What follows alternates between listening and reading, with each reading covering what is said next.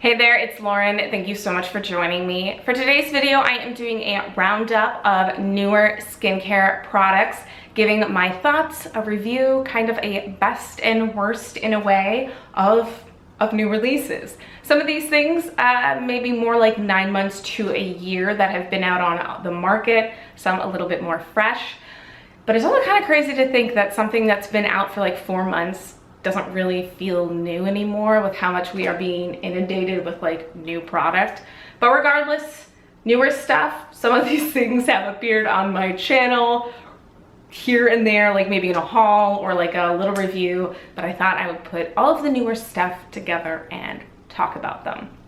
I'm gonna go in order of kind of how I use things, starting with this guy. This is one of Farmacy's newer releases. It is the Clean Bee Ultra Gentle Facial Cleanser, supposedly geared towards all skin types. It's a gel style formula that it's like geared towards removing makeup, impurities, and all that sort of stuff a cleanser is supposed to do, but it's also supposed to be very hydrating. It has the Echinacea Green Honey, which Farmacy's entire line is centered around their Echinacea Green Envy strain. It's like a patented antioxidant rich super like superhero version of Echinacea, and they've started coming out with products, as you've seen, that include honey that is harvested from the bees that are drinking that special echinacea.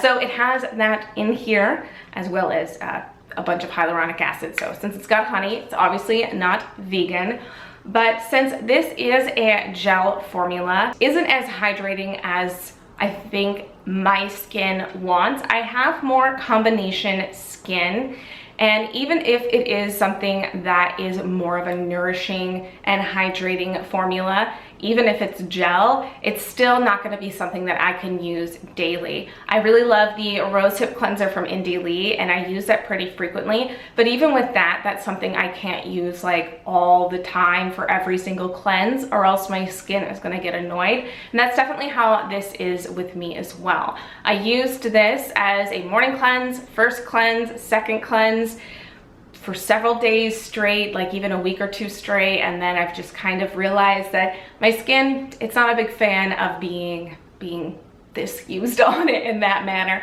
So I kind of don't use this all the time. I will use it mainly as a first cleanse to remove makeup, which it does a really nice job. Foams up nicely. It's like a slippy foam, pretty great. Really dissolves everything, but again, it's not something I can use like all the time. So even with that, it's not like a first cleanse I use every single day. It's more like something like I rotate here and there, but it has a really nice honey scent, very fresh, and it just looks like honey, just looks like pure honey in there. So it is geared towards all skin types, but I think it might be better for somebody who maybe is a little bit more oily. But then again, everybody's different. There might be somebody out there with like super dry skin who like this gets along really great. Similar regards, I've heard mixed things from a variety of skin types about the Tatcha, the Deep Cleanse. I included this in a haul pretty long time back, so it's good to be checking back in. A lot of these things are things that I'm like checking back in with after I've been using them for a while. So this is geared towards oily, I think acne prone, as well as combination skin. It's from that line that's all in this color of packaging, which I think is all stuff that's like geared towards that. So I thought I could get along with this because I have combination skin, and it is something that I enjoy, but again, it is something I can't use that often.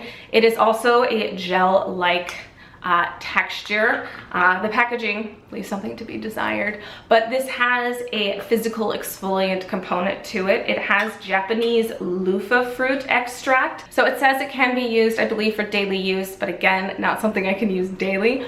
But I have enjoyed using this a couple of times a week, sometimes just even once a week. It's not something I will reach for all the time. It has a very lovely, fresh scent.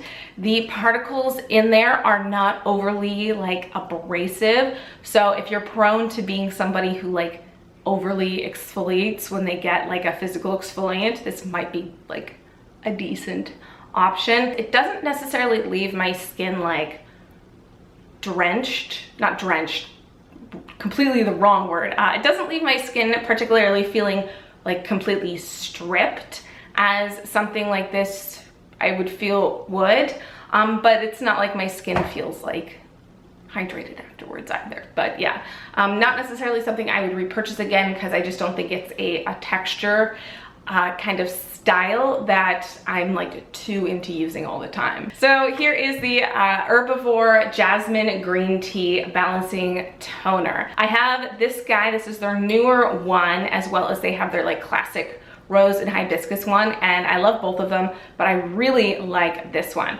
This is actually geared towards more, I think, oily skin types. So in addition to the green tea and the jasmine, this also has willow bark and witch hazel, as well as a couple other kind of more like oil controlling kind of components that you usually see, but I've really enjoyed this.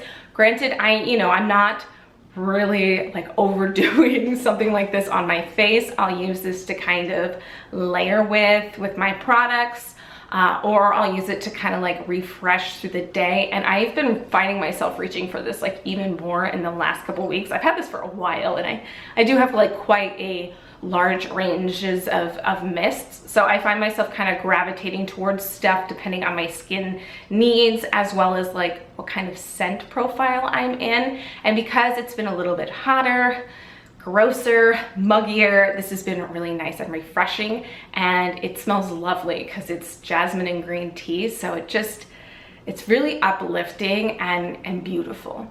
It smells really beautiful and feels really, really nice and cooling. So this is a total win for me. So I thought I would touch back in with using the AmorePacific Vintage Single Extract Essence. This thing is so crazy expensive. I got this during some special sale during the holiday time, so I got it for 20% off.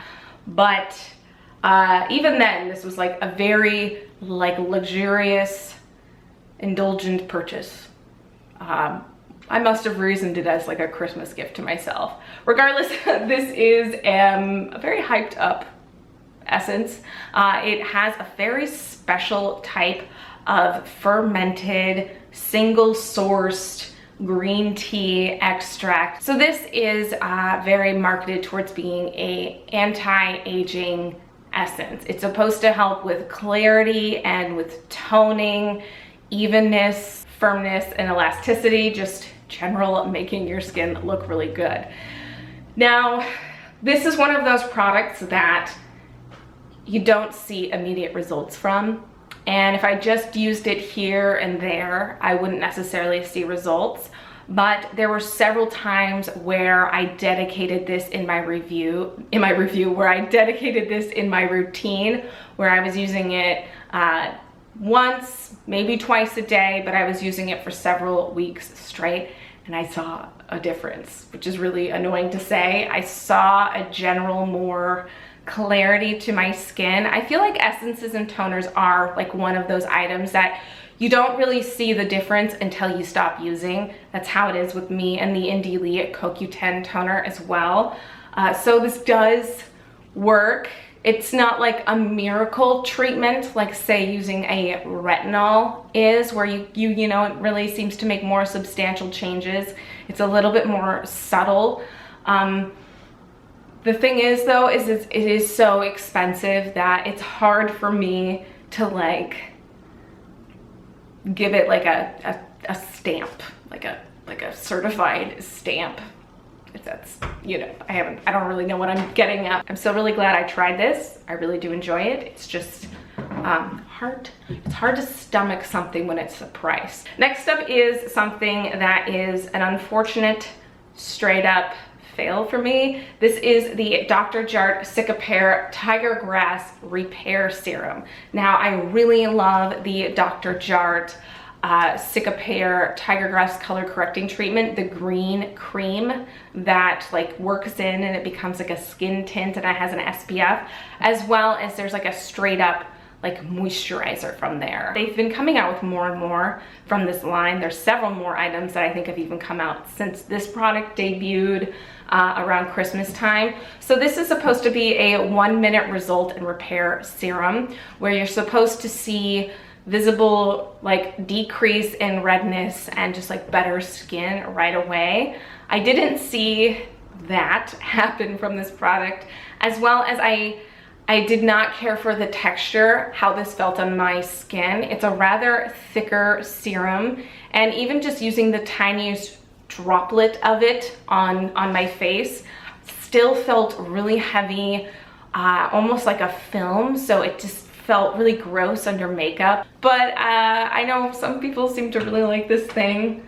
I was in a lot of people's like best ofs, but yeah, have not cared for this. I've tried many a time, and it's got like so much product left, which it's really just really sucks when something that's like kind of expensive doesn't work out, and you're like, I have really no desire to use this even on like other parts of my body. Usually when something is like no good for my face, I can like still find like other parts of my body to use it up on, and I don't think this is something that I can. So maybe I can find a friend to like re-gift that to. These are two items that I think I've talked about a bunch, that I would just quickly throw them in here for anybody who's new to my channel and happening upon this video. They were both in my lightweight skincare product video. This is a really quickly sinking in oil that I cannot stop using. I've been using it morning and night. It indeed, very hydrating, very glow inducing, lots of antioxidant rich oils in here, some more like interesting oils and extracts that we haven't seen in as many products. As well as some like old tried and true like staple like carrier oil kind of things in here. Really great guy. Excited to try more from this brand since this was a really great introductory product for me. So there we go. And then the Pink Cloud Rose Water Moisture Cream. Love this. Wonderful smelling of roses. Very, very moisturizing, but extremely light. The rose part of it seems to be very calming, anti-inflammatory, sits well under makeup. Nice in bedtime. So that's like a quick bit on those things, but I'll have the videos where I've talked about them more linked. So next up is the Kula Full Spectrum 360 Sun Silk Drops. Long title. I think I said, maybe I didn't. It's got SPF 30. It is, I believe, a chemical SPF, not a physical SPF. So just side note, I'm really curious to see what's going to be happening in the industry with Hawaii outlawing certain chemical sunscreen things. So I'm wondering how that will be like taking off across the industry, just like how lots of places banned plastic beads and exfoliators. So a lot of people changed their formulas. So in general, I prefer physical sunscreens. They react better with my skin, but I wanted to try this because it seemed really unique. It is like a thinner like cream formula that is supposed to be like something you can use alone or mix in with your moisturizer or with your makeup or your skincare to be like that added sunscreen factor. The only issue though is I think the size of this can be a little bit misleading. I've seen some things where people are just using a couple of drops. So I use like heaps of this when I put it on my face. So by price comparison, it's something that I'll probably go through really fast. But I like the way it sits on my skin. It is nice on its own. I'll just place it on as a layer all on its own. As well as I have dropped a bunch of the droppers into a moisturizer, and it mixed well as with a foundation. But even with that, when I dropped like the amount that seems the right amount for this mixed with my foundation, I'm left with like too much product to put on to my face. So really ends up being something more to mix in with a moisturizer or just use on its own. But I've liked it. I've used it here and there just because I find when I use chemical sunscreens back to back, I end up breaking out more. So I generally wear more physical sunscreens. And it's supposed to help with the sort of digital aspect of sun sort of light protection that a lot more products are kind of gearing out with, because I guess some studies have been showing that our screens and stuff are also affecting our face, so we have to protect ourselves at all time now. And then lastly, I have two masks to talk about. The first one is the Laneige Eye Sleeping Mask. This is supposed to help with like brightening, hydrating, depuffing. It does have caffeine in it, but it is something that you use at night. But you're also not supposed to use it every night. And this has been one of those things where I can't really tell if it's working. It sure feels good. Like it feels nice and cooling when I put it on. Feels nice with the, like applying with the wand. Seems to lay well at night. I've been using this pretty consistently since I picked it up many months back. And it's just one of those things that I, even now after having used it for so long, I can't really tell, versus something like the something like the ordinary caffeine serum where you use in the morning. I feel like I can see the effects of that right away, versus this is something I put on at night, and like after an entire day of like a long day, I look terrible. And of course the next day I'm gonna wake up with nicer looking under eyes. So maybe I just don't have puffy enough under eyes to like fully see something, but yeah, I just not really sure if it has done anything, so I can't really recommend it because I don't think it is doing anything. Something else though that I know is very hyped and a lot of people have different opinions on, that I actually really love, and this is the Summer Fridays Jet Lag Mask. You can see I've used this quite a bit. Now the thing is this is like a cream hydrating mask that you can also use as a moisturizer, also use as a primer. You can use it all over your face. It's like safe to use around your eyes, and I have used this several times as like a mask, but I think you just don't get your bang for your buck when you use this as a wash off mask versus using it as just like a regular moisturizer. Seems to lay pretty well under makeup used during the day, but I really like using this as a nighttime moisturizer. It's full of amino acids, vitamins, and minerals, so my skin, even if I just use this at night, I wake up with very hydrated, plump, bright looking skin. So I think using it as a wash off mask isn't necessarily worthwhile, but I think if you wanted to use this as just a straight up nighttime moisturizer, I think it's really good.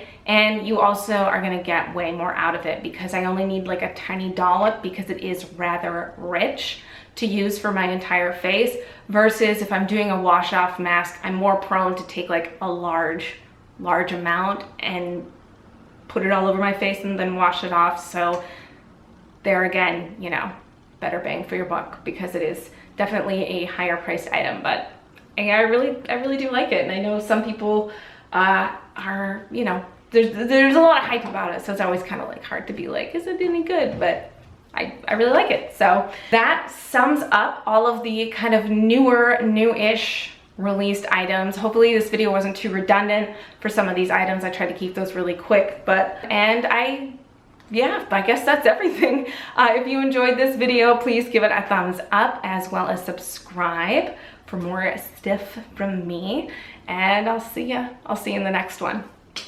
Bye.